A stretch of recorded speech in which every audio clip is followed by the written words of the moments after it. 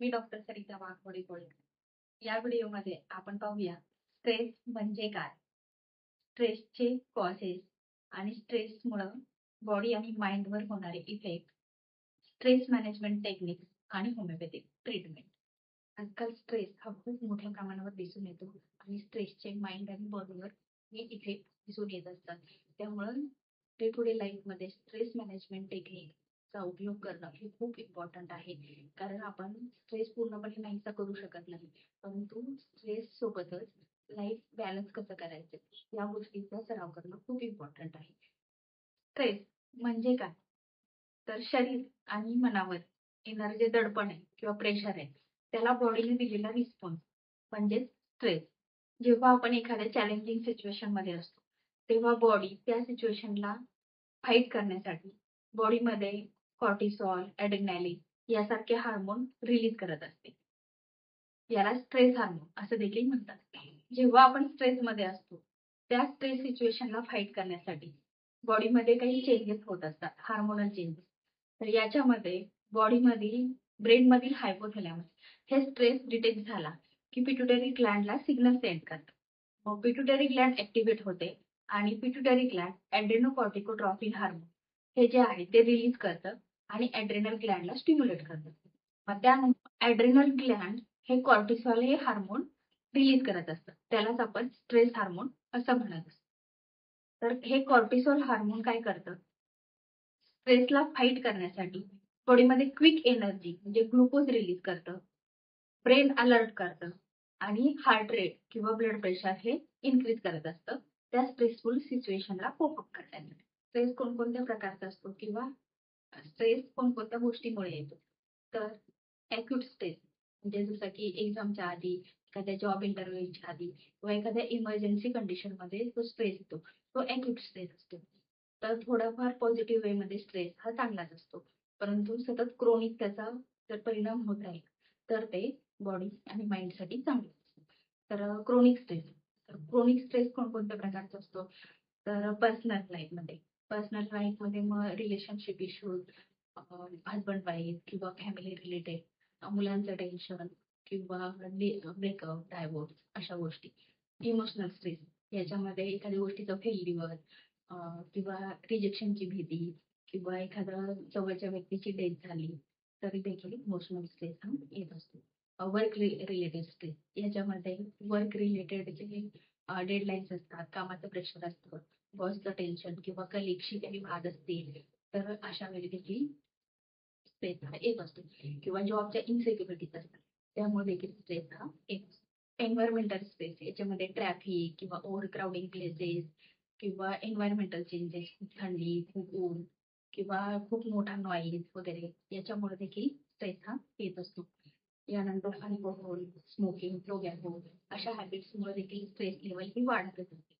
स्टुडंट्सला एक्झामचा stress, परफॉर्मन्सचा stress, competition, career गोल यांचा देखील stress हा येत असतो. तर हे असे काही स्ट्रेसचे प्रकार आहेत. स्ट्रेसचे बॉडी आणि माइंडवर काय इफेक्ट दिसून येतात किंवा सिम्पटम्स काय येतात, तर मेंटल हेल्थ इश्यू याच्यामध्ये चिडचिडीपणा, राग, मूड स्विंग होतात किंवा डिप्रेशन येतं, खूप एन्झायटी, चिंता, काळजी किंवा कॉन्सन्ट्रेशनमध्ये डिफिकल्टी येते, कॉन्फिडन्स लो होतो किंवा लोकांमध्ये मिसळण्याची, संवाद साधण्याचं हे कमी होत असतं, एकटेपणा वाढतो. यानंतर इमोशनल लेवलमध्ये सॅडनेस येतो, मेमरी वीकनेस, एकाग्रता कमी होते, कॉन्सन्ट्रेशन डिफिकल्ट होतं, स्लीप डिस्टर्ब होते, इन्सोम्नियाचा त्रास होतो. तसंच इन्क्रीज ब्लड ग्लुकोज लेवल याच्यामुळं फॅट डिपॉझिशन जे आहे ॲबडोमेनच्या अराउंड ते वाढतं. ग्लुकोज स्टोअर केलं जातं बॉडीमध्ये जास्त. त्यामुळे ॲबडोमेनच्या अराउंड फॅट हे वाढत असतं आणि त्याच्यामुळं वेट गेन होत असतं किंवा डायजेस्टिव्ह डिस्टर्बन्सेस. मग डायजेस्टिव्ह डिस्टर्बन्सेसमध्ये ॲसिडिटी, ॲसिड रिफ्लक्स, गॅस, अपचन किंवा भूक कमी लागणं किंवा भूक जास्त लागणं असे त्रास हे होत असतात. त्यानंतर ब्लड प्रेशर वाढतं किंवा हार्ट डिसीज सारखे काही त्रास हे होत असतात. रिप्रोडक्टिव्ह सिस्टीमवर याचे काय इफेक्ट होतात, तर रिप्रोडक्टिव्ह हार्मोन्स हे डिस्टर्ब होत असतात. तर कॉर्टिसॉल लेवलमुळे इस्ट्रोजन लेवल ही कमी होत असते. त्यामुळे फिमेल्समध्ये इरेग्युलर मेन्सेस, पिरियड इरेग्युलर होतात, खूप कमी किंवा खूप जास्त ब्लिडिंग होत असतं किंवा पीसीओडीचा त्रास होतो. प्रेग्नन्सीमध्ये मिसकॅरेज वगैरे होऊ शकतं. त्याच्यानंतर मेन्समध्ये टेस्टोस्टेरोन हार्मोन हे कमी होत असतं. त्याच्यामुळं सेक्शुअल डिझायर कमी होतं.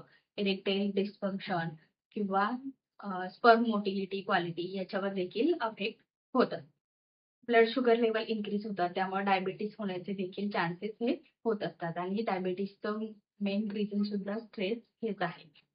हेडेक, डोकेदुखी किंवा मान, पाठ, कंबर दुखणे असे त्रास होत असतात. मसल पेन होतात. इम्युनिटी ही कमी होत असते. त्यामुळे वारंवार आजारी पडण्याचं प्रमाण हे वाढत असतं. स्ट्रेस मॅनेजमेंट टेक्निक्स कोणते आहेत? तर स्ट्रेस मॅनेज करण्यासाठी स्ट्रेसचा कॉज काय आहे ते आयडेंटिफाय करणं खूप इम्पॉर्टंट असतं.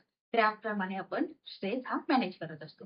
तर स्ट्रेस मॅनेजमेंट टेक्निक्समध्ये ब्रीदिंग एक्सरसाइजेस, मेडिटेशन, प्राणायाम ह्या गोष्टी खूप इम्पॉर्टंट आहेत. ब्रीदिंग एक्सरसाइजमुळे तुमची नर्वस सिस्टीम ही रिलॅक्स होत असते. मग ब्रीदिंग एक्सरसाइजमध्ये तुम्ही डीप ब्रीदिंग, अनुलोम विलोम, भस्त्रिका, भ्रामरी यासारखे प्राणायामांची प्रॅक्टिस ही केली पाहिजे. त्यामुळे ऑक्सिजन सप्लाय देखील वाढतो आणि बॉडी ही ऍक्टिव्ह राहत असते आणि स्ट्रेस लेवल कमी होत असते. तर दुसरी गोष्ट म्हणजे रेग्युलर एक्सरसाइज. एक्सरसाइजमध्ये yoga, cycling, swimming, walking, running अशा गोष्टी ह्या केल्या जाऊ शकतात. तर रेग्युलर एक्सरसाइज केल्यामुळं तुमच्या बॉडीमधले हॅपी हार्मोन म्हणजे सेरोटोनिन, डोपामाइन यांची लेवल ही वाढत असते आणि काउंटर रिॲक्शन करून कॉर्टिसॉलची लेवल कमी केली जाते. साहजिकच स्ट्रेस लेवल ही कमी होत असते. एक्सरसाइज केल्यामुळं मूड देखील इम्प्रूव्ह होत असतो आणि नर्वस सिस्टीम ही रिलॅक्स होते. Healthy diet. हेल्दी डाएटमध्ये मॅग्नेशियम रिच फूड यांचा आहारात समावेश केला पाहिजे. तर मॅग्नेशियम रिच फूडच का घ्यायचे? मॅग्नेशियम हे अँटी स्ट्रेस मिनरल आहे. तर मॅग्नेशियम हे नर्वस सिस्टीम रिलॅक्स करतं. हे कॉर्टिसॉल प्रोडक्शन जे आहे ते प्रिव्हेंट करतं आणि मसल पेन किंवा हेडेक, डोकेदुखी मध्ये देखील मॅग्नेशियम खूप महत्त्वाचा रोल प्ले करत असतं. आणि मॅग्नेशियम हे एटीपी प्रोडक्शन किंवा एनर्जी लेव्हल इम्प्रूव्ह करण्यासाठी पण खूप इम्पॉर्टंट राहतं. मॅग्नेशियम हे स्लीप इम्प्रूव्ह करत असतं. म्हणजे मेलाटोनिन हे जे हार्मोन आहे स्लीपसाठी ते मॅग्नेशियममुळं इम्प्रूव्ह होत असतं. तर मॅग्नेशियम रिच फूड्स कोणते आहेत? तर होल ग्रेन्स किंवा ब्राऊन राईस, त्यानंतर डाळी, हरभरा, तूर डाळ, मसूर डाळ, शेंगदाणे, काही सीड्स याच्यामध्ये पंपकिन सीड, चिया सीड, सूर्यफूल किंवा मग ड्रायफ्रुट्स याच्यामध्ये काजू, बदाम, ॲव्होकाडो याच्यामध्ये मॅग्नेशियम हे भरपूर प्रमाणात असतं. तर ड्रायफ्रुट्स, ग्रीन लिफी व्हेजिटेबल आणि ह्या सीड यांचा आहारात नक्की समावेश करा. स्लीप ही खूप इम्पॉर्टंट आहे स्ट्रेस कमी करण्यासाठी. त्यामुळे क्वालिटी स्लीप म्हणजे 7 ते 8 तास झोप व्यवस्थित झाली तर स्ट्रेस आपोआप कमी होत असतो. जवळच्या प्रिय व्यक्तींशी संवाद साधणं किंवा सोशली इन्व्हॉल्व होणं याच्यामुळं तुमचे स्ट्रेस हार्मोन हे कमी होत असतात आणि बॉडीमधला ऑक्सिटोसिन लेवल हे वाढत असतं. मग जवळच्या व्यक्तींशी बोलणं किंवा प्राण्यांसोबत खेळणं, लहान मुलांसोबत खेळणं याच्यामुळे तुमचं हे हार्मोन हे वाढत असतं आणि साहजिकच स्ट्रेस हार्मोन कमी होत असतं. त्यानंतर काही कॉमेडी शो, लाफ्टर शो अशा गोष्टी पाहिल्या तर एन्डॉर्फिन्स रिलीज होत असतात. म्हणजे जे पेनकिलर हार्मोन्स असतात ते देखील हे कॉर्टिसॉल कमी करण्यासाठी महत्त्वाचं राहतं. वर्कलोड कमी करण्यासाठी प्रॉपर टाईम मॅनेजमेंट करा. त्याच्यामुळं देखील स्ट्रेस हा कमी होत असतो. स्ट्रेस कमी करण्यासाठी अल्कोहोल, स्मोकिंग, टोबॅको यांचं सेवन देखील बंद केलं पाहिजे. होमिओपॅथिक मेडिसिन्स हे स्ट्रेस मॅनेजमेंटसाठी खूप इफेक्टिव्ह असे आहेत. कारण की होमिओपॅथिक मेडिसिन हे फिजिकल आणि इमोशनल अशा दोन्ही लेव्हलवर ॲक्ट होत असतात आणि अगदी नॅचरल, जेंटल वेनं हे काम करत असतात आणि होमिओपॅथिक मेडिसिनची कोणतीही सवय लागत नाही आणि त्यांचे कोणतेही साईड इफेक्ट नसतात. तर होमिओपॅथीमध्ये अक्योनाइट, आर्सेनिक अल्बम, अर्जेंटम नायट्रिकम, जेनसेनियम, इग्नेशिया, नायट्रम मूळ, कालिफॉस अशी बरीचशी चांगली इफेक्टिव्ह होमिओपॅथिक रेमेडीज आहेत. परंतु ही सगळी औषधं तुम्ही होमिओपॅथिक डॉक्टरांच्या सल्ल्यानं घेतली पाहिजेत. होमिओपॅथिक डॉक्टर हे तुमच्या स्ट्रेसचा कॉज काय आहे, त्याचे इफेक्ट काय आहेत, बॉडीवर आहेत, माइंडवर आहेत, इमोशनल लेव्हलवर आहेत, या सगळ्या गोष्टींचा एकत्रितपणे अभ्यास करून योग्य ते मेडिसिन हे तुम्हाला देत असतात. स्ट्रेससाठी तुम्हाला होमिओपॅथिक मेडिसिन घ्यायची असतील तर स्पंदन होमिओपॅथिक क्लिनिक इथे तुम्ही कॉन्टॅक्ट करू शकता. डिटेल डिस्क्रिप्शन बॉक्समध्ये दिलेले आहेत. मेसेज केल्यानंतर ऑनलाईन अपॉइंटमेंट बुक करू शकता. आणि तुम्हाला देखील स्ट्रेसचा त्रास आहे का? किंवा तुम्ही स्ट्रेस मॅनेजमेंट करण्यासाठी कोणते टेक्निक्स वापरता? हे तुम्ही कमेंट बॉक्समध्ये नक्की सांगा. व्हिडिओ आवडला असेल तर लाईक आणि शेअर करा आणि असेच हेल्दी व्हिडिओ पाहण्यासाठी चॅनलला नक्की सबस्क्राईब करा. Thank you.